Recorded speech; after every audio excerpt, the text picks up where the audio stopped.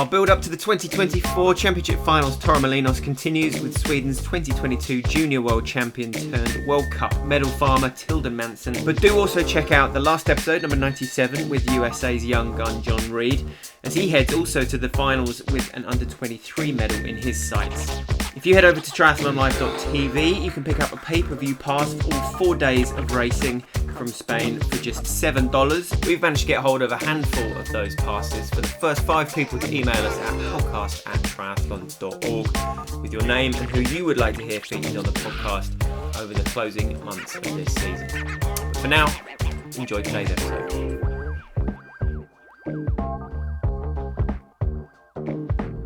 Tilda Mansson is Sweden's rising star of triathlon. Within 2 months of winning the 2022 Junior World title, the then 18-year-old took her first World Cup win in Bergen, Norway, coming out on top of a start list that included the likes of USA's Kirsten Kasper and Britain's Kate Woff.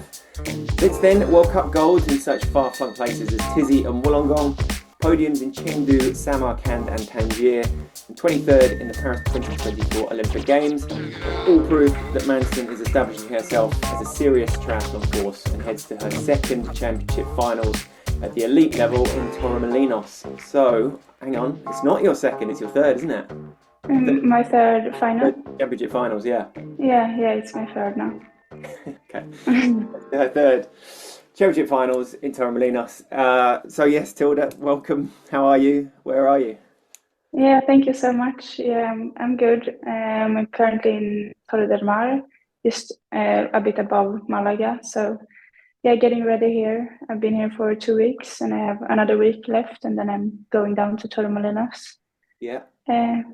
Yeah, training is working fine here. Good. And feeling good? You where you would want to be a week and a half out from the finals? Probably not exactly where I wanted to be. I've struggled a bit with an injury after Paris that I did get 3 weeks before. So yeah, I struggled a bit after that, but it's getting better and better. So at the moment, I'm just happy to be able to train, especially run. And yeah, it's going to be just fun to race the last race of the season. Just hopefully end it good. Yeah. So you raced Paris with an injury? Yeah, a bit of a small injury. I taped my hip, so yeah, I did feel it under the race a little bit, but yeah, it was just fine. I didn't want to skip the Olympics because of a small injury, so it wasn't for the best, like for the rest of the season maybe, but it was for the best for the moment. Yeah. Did you say a chipped hip? No, my hip, yeah. Or the gluteus and the hip together. Right. So, yeah. So post Paris, that was why you took a little time off, right? Yeah. It was also a bit of motivation problems, directly after Paris. I didn't really know, it was hard to get back into routines again. Because I had focused so much on Paris for the whole season. I worked so hard to get to those points so I could get in. So yeah, it was just, I took some time off, no stress, and then got back right into it, some weeks after that. Yeah, so when you say motivation was a struggle, was it just that a sort of, it's a bit like the day after Christmas Day, right? You kind of, that weird emptiness, everything's been building up to this point and then it's past it and then you're okay, and then everything just feels a little bit lost, does it? Yeah, exactly. That was the feeling, and then also with the injury coming back, after the race, it was just hard. I always find it hard to train other stuff when I can't run because that's my favorite part. Mm-hmm. So yeah, I train. Of course, I train, but not as much as I wanted to. And so just try to. I was already happy with my season, so I just tried to not have any stress. Just listen to my body and train again when I was ready. 23rd on debut, youngest on that start line by a significant way. You must have been very happy with that, as well as feeling probably like you could have done more, right? Yeah, I'm really happy with that 23rd place. Of course, I had higher hopes when I went into T2 with that second pack. I had hoped to run out some of them at least. like after the injury, 3 weeks out from the competition, I just know that the run wasn't like quite there. So yeah, but I was just happy to. It was such an experience to race at the Olympics. The crowd was amazing. Everything was just so fun there. Like I said, yeah, you were the youngest woman on the start list, and pretty much, up there with the youngest ever on a women's Olympic start list, right? Of recent names that would also fall in that category is Cassandra Bogrand, who was exactly 1 year younger than you when she raced in Rio 2016. For what you have planned in your future to get that first one under your belt is hugely important, right? Yeah, it's really good like having that Olympics experience. It was so much difference from other races, like especially the preparations before and like everything with the village and yeah and stuff and like the check-in procedure. It was not like I'm used to do. So it was just very good to like have done that one time. So it's gonna be easier if I get to another Olympics. And the swim is almost certainly going to be easier than any other Olympics we ever get out to, right? Uh, Yeah. yeah, how did that, once you were in there, how crazy did it all feel? Yeah, it felt like 100 meter like out to the first boy, Yeah. and then it felt like 1,000 meters back. It was crazy. Like it took so long to get back. Like even on the warm up, I was just swimming out like 1 minute, and then when I went back, I didn't move at all. I had like push to get through, like to get back to the bridge. So yeah, it was crazy. Were you able to keep it relatively calm in your head? Yeah, I try to just stay calm. You know, it doesn't help to get panic. It's just getting worse, like especially with the technique in the swim. Mm. But like under that bridge, there was so many like screams, like panic screams. So yeah, it was not that fun. Like hear people like some people actually sounded scared. Oh my God. Uh, but yeah, so the current wasn't that good. And also for me, like I'm not that good of a swimmer, so the swim was it was much longer than it used to be, like in time. So yeah, it didn't not help the bad swimmers, I think. And you on balance must have been kind of happy with where you emerged. Yeah, I thought I was like way more back in the field after the swim, but then I realized that I was in the second pack, and I saw like some strong riders just behind me after T1. So I just yeah try to like get out on the bike, just uh, take some wheels and try to like stay in the pack. For those who are, I guess, less familiar with you on in terms of the WTCS circuit and so on, uh, you are, you're kind of the product of a bit of a family affair out there, right? So your brother Hampus is travels with you and is at most of the races with you.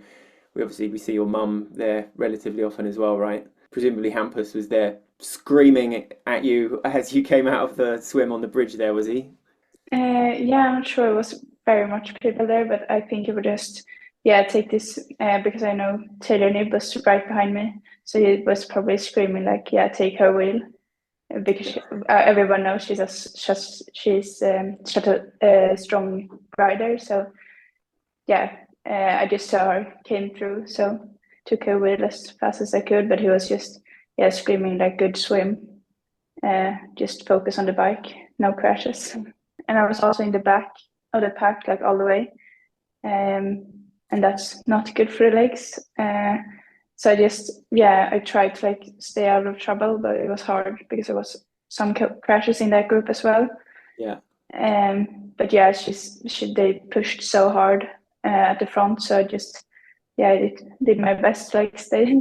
Is it a bit of a misconception that sometimes the athletes further back in the pack are sitting off and kind of taking it easy, whereas actually, quite often, especially when there's someone like Taylor leading it, it's actually you're just fighting as hard as you can just to hold on, and ideally you would want to be moving further into the middle and finding a little bit of security, would you? Yeah, I think it's the best is be like on the in the middle or further forward than that. Like the back is not ideal because like in every corner you have to push really hard to get back. But of course, the front is probably the hardest to be in. In Yokohama, I found myself next to Hampus as you were coming out of the water, and we sort of had shared a look with each other as you were only 20 seconds off the front, right? After that, Yeah. And that's obviously an Olympic distance swim. Yeah, I think I'm actually just getting more like confident in the swim. Like after the race in Chengdu, I came out second after the swim. So yeah, after that race, I just felt like, yeah, I have the swim in me, and I just need to like toughen up and like believe in myself that I can do it. So yeah, on that race, I just went with the same feeling as I had in the race before, and yeah, it worked out very well there. And like I haven't worked specifically on the swim like in the past, like during the winter and the spring. I think I just now the swim has like improved so much because I've just worked and worked and worked with it. Just stayed consistent with the swim. So how old is your brother? Was he sort of already in triathlon, trained as a coach, and then as you were coming through, he was like, right, I'm with you here. Let's work together. How does that? How did it all kind of come about? Yeah, he's 22, so he's just 2 years older than me. Oh, It was right. actually me that started triathlon. So we were, yeah, I started when I was 10, and then he started maybe when I was 14, 13. We went on a camp to Mallorca, and yeah, I actually coached him for that week, just train him how to swim, like try to teach him how to like he was just doing breast strokes. So I tried to like teach him freestyle. But then yeah, I just did triathlon for fun, and then he started like putting up a schedule for himself, and then I also wanted a schedule, so he put up something to me as well. And then yeah, I did my first year junior European Championship in Kitzbühel and came second. And then we were like, because we have like planned on maybe I would switch to like another coach, but then it worked so well, so we just continue after that. Yeah, interesting. So you've been doing it from a young age, but not. But to start with, it was just quite on a more fun level, was it? It wasn't right. Let's go Olympics, world champ, what championship finals, that kind of thing. It was just this is my sport and I'm enjoying it, and Yeah, I just found it funny. Just like to train, and yeah, I just did it for fun. I did with the club trainings, and yeah, just it was just like 1 year before that European Championship, the Junior European Championship, that I started like training seriously. And then after that, I felt super inspired to like continue and like see how good I could be. that's interesting because I did wonder. I assumed that your mum had been in triathlon or your family was very like triathlon heavy, and you were the sort of product of this. Tilda, you're an amazing runner. Let's get you this, that, and the other, and we're going to build this sort of triathlon star. But actually, it was not that case at all, no? No, it wasn't like my mom and dad. They weren't. Haven't been athletes like before. They have obviously trained, but not.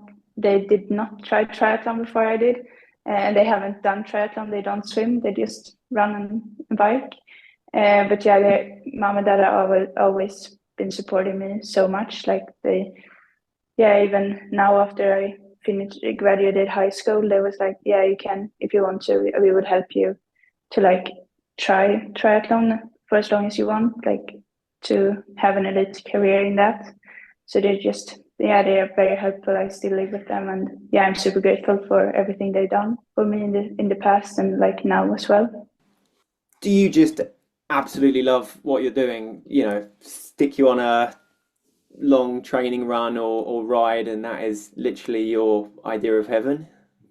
Yeah, I just find it so it's just so fun to train, and it's also very like good for my mind to train, I think. Like Mm. when I can't, especially the run, it's really helpful. Like I just feel so good when I run. Like if I'm stressed or like don't feel good, I go for a run and I feel better afterwards. it's been that like my almost my whole life. I always loved running. So Yeah.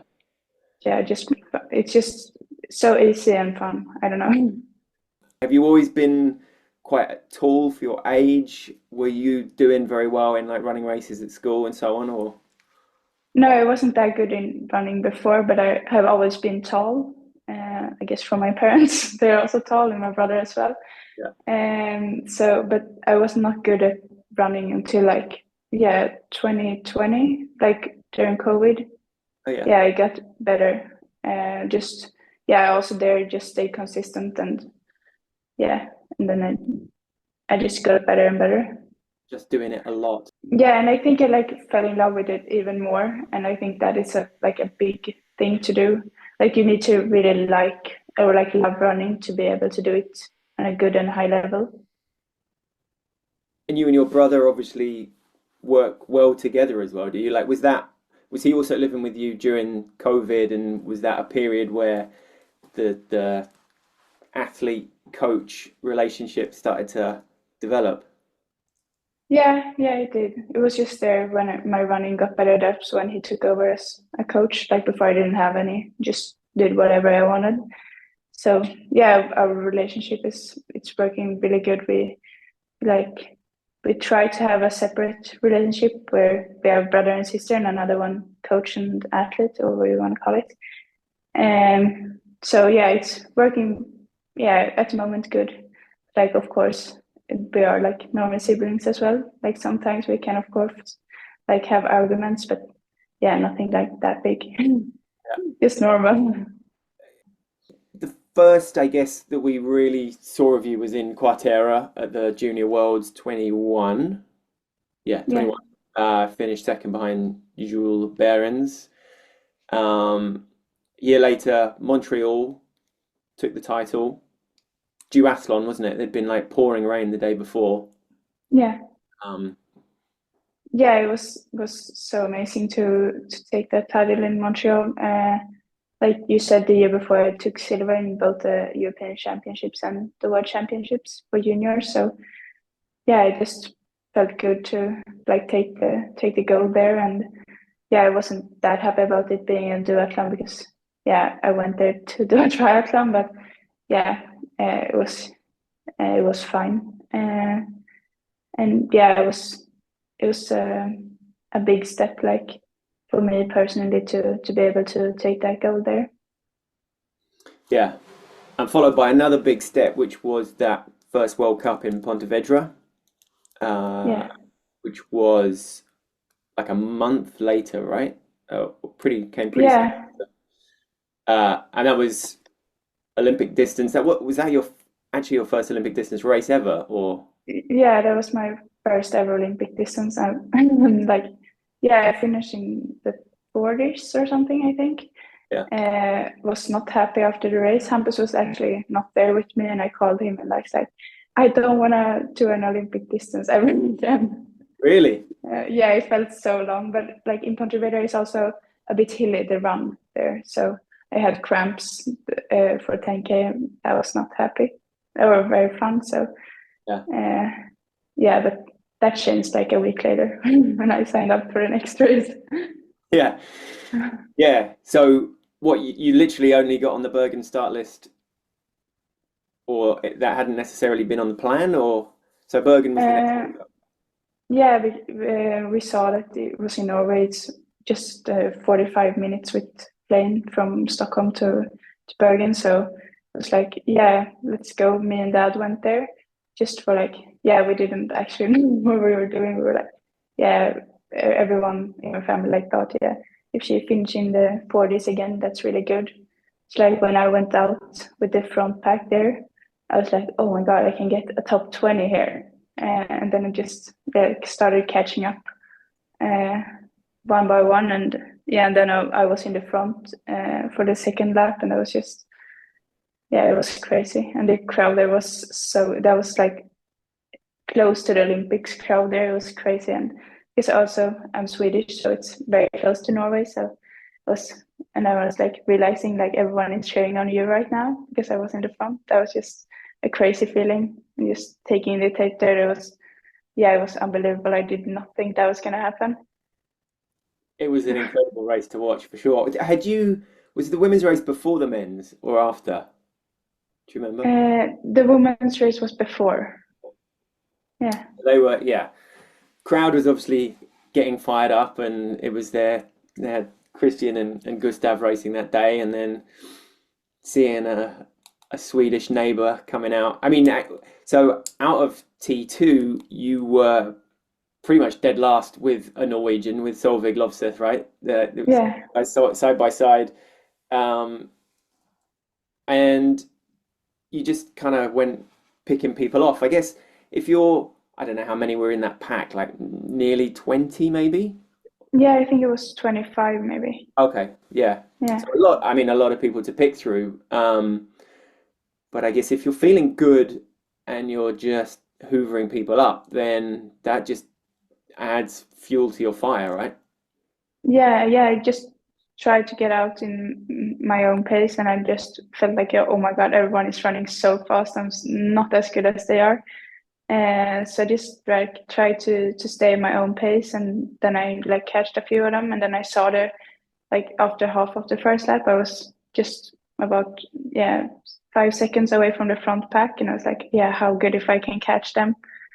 Uh, and just I didn't think about the next lap. I just wanted to get to the front, like after the first lap, and yeah, and then I went to the front and just tried to like continue the same pace, just run as hard as I could.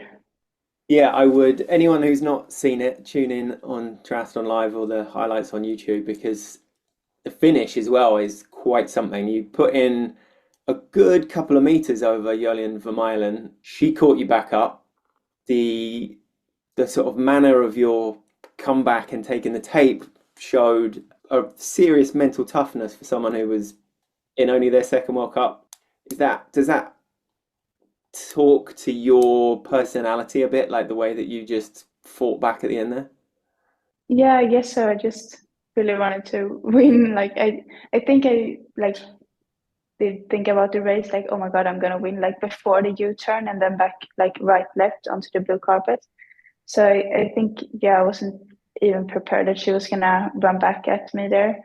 But then when I saw her like close to my side, like even like a step in front of me, I was like, yeah, I need to get to that tape first. And just yeah, it's just about mentality there. I think just decide that you do want to take the tape first, just decide that you do want to win, and just yeah, like push everything you have because then you can rest when Yeah, you're done. enjoy it after. And there's a real good, like, just sort of shoulder to shoulder as well, where you just kind of come together. Yeah, those moments to know that you have done that, to have those finishes in your back pocket already, super helpful, right? Like that that confidence. Yeah, it's really good to have those. Like I know I don't know what those like sprint finish comes from. Like I don't do any sprint training or stuff, but that was the same like when we were in Australia in Wollongong this year. Like I know that if I come with those athletes like onto the blue carpet, I can like probably or like hopefully at least like take that sprint finish because I just know like yeah I've taken some finishes before. That's all my um, medals in World Cups. It's been a sprint finish. So yeah, just having that confidence, it's really helpful, I think. So yeah, this will be your third championship finals. Like, so that Abu Dhabi, was it? Did you sort of skip the under 23 bit because suddenly Paris became the target and you obviously needed. No, actually not. I don't even remember why I didn't do the U23 there. I think like Paris was it came to mind like in the end of last year actually. Like yeah, it was in the beginning of this year. We were like, yeah, we're gonna try for Paris this year. Like we do this like world tour, like Asia tour, when we went around in competitions, like try to get those points. So yeah, no, Paris wasn't like I didn't think about yeah being at the Olympics in 2024. I was always thinking about 2028. So No, I don't remember why I did a final there already. Probably a dumb decision. Well, or not. I mean, how in the end, how easy was qualification? You were, I'm just trying to check on the thing here. Where did you finish up? 47th on the Olympic qualification, right? So the first half of the period you got 440 points and the second 2,500 points. So coming out of Abu Dhabi and a tough race there, presumably, yeah, Paris wasn't even really in your thoughts, or it must have been half an idea that that would have been a great one to aim for if you could get there. But realistically, I guess 6 months after your first, not even, yeah, 4 months after your first World Cup, it wasn't something you were necessarily thinking about. No, I wasn't thinking about that there. I just, yeah, it was a very hard race there in Abu Dhabi, and yeah, the next year we were just doing like World Cups. We didn't think about the points. I could have done it so much smarter to have almost qualified for Paris in the beginning of this year. But yeah, I think that was the part of it. My age was uh, coming into account. Like before, we didn't think about Paris so much, and we didn't think about which races were good to get more points. So that's why I did not have a lot of points in the first period. So I did have to get a lot of points in this second period. So we knew that in the beginning of this year I had to get really good places in World Cups to be able to get to the Olympics. So when I took 3 medals in the World Cups, it was just like, yeah, I can do a good race in Paris as well. Like before, it was just trying to get there and like, yeah, finish the race. But yeah, in this year, I just and also with the race in Yokohama, obviously I didn't finish the race there. I did have a DNF because of mechanical problems, but I just felt that in the swim that I could have done very good race there. And that was on the highest level. Obviously, not all of the best athletes were there, but still felt like, yeah, I can be in the top 15 there. So yeah, it felt really good. Yeah, that was a broken seat post, right? Yeah, my seat was broke, so my saddle went all the way down. So it was like biking on my little sister's bike. Yeah, it was. Yeah, I tried for 2 laps, disbelief that it happened, but then Hampus dragged me out of the course to like stop this race right now. But I was already in the, yeah, I think it was dead last there. So yeah, it was just to quit, unfortunately. How did you deal with that situation? Were you Yeah, it was really hard because we had already been to Australia and China, and then we were in Japan, and then we actually were gonna head home to Sweden, and I was like missing home, and we had been away for a month already, I think. So after that race, we had to go to Samarkand, the World Cup there, to get those extra points because we had hoped that I could get at least some points in Yokohama, and then I would be qualified for the Olympics, but yeah, now after I DNF that race, I had to go to Uzbekistan. So I think that was the hardest part for me, like to not be able to go home. But like, yeah, I could do that if I wanted to, and like hopefully get into Paris. But I did want to like make sure that I could get there. Uh, and yeah, now afterwards it was of course like worth going there, but yeah, it was very hard, and also my bike was broken, so my dad had to fly from Sweden with my other bike to Samarkand, but that was really nice to be able to race there and actually perform well there. Like after so many races, it's also hard to get the training in. Like and also so much traveling. It's a lot of traveling there in Asia. Like it was a 14-hour flight, I think, to Istanbul, and then a 4-hour, 5-hour to Samarkand. So yeah, it's hard for the body as well. Like and also the time differences. It's hard. did that test the brother sister coach athlete relationship in Yokohama, or did he know just to like give you some space, or were you actually like quite impressed with how he handled the situation as well? What was the how did that kind of Yeah, he just gave me some space. I obviously cried a lot of some hours after the race. I was not happy at all. But yeah, I called mom, and she always helps me. I did get to do a run session afterwards, so try to get a bit of the anger out.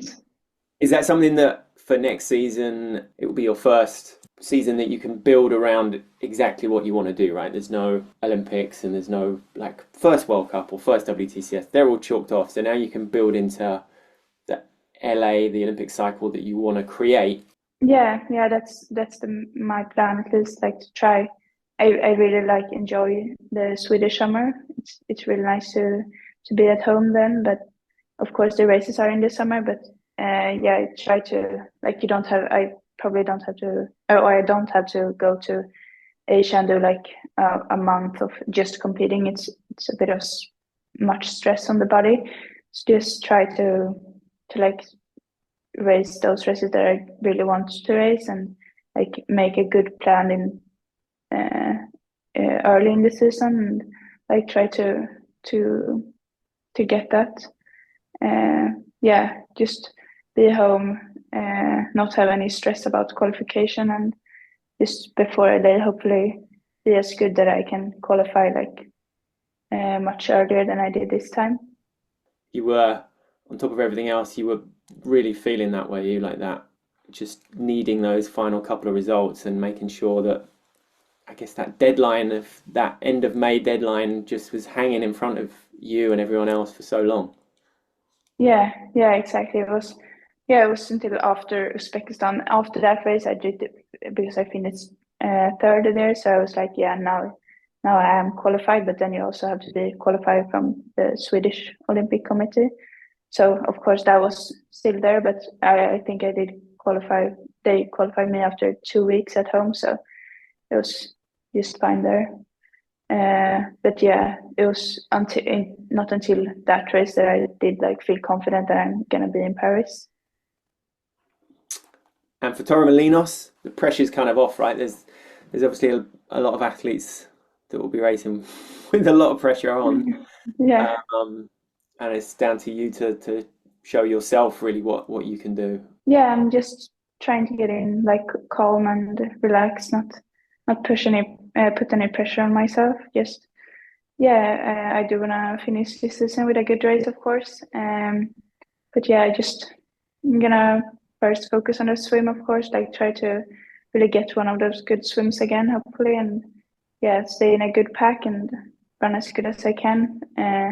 Yeah, as I said, I have been injured still with my hip and also a bit with my foot, so haven't been able to run as much as I have wanted to. But yeah, hopefully shape is getting better, and I do only have 1.5 week left now, but yeah, I'm just gonna enjoy the race and have fun.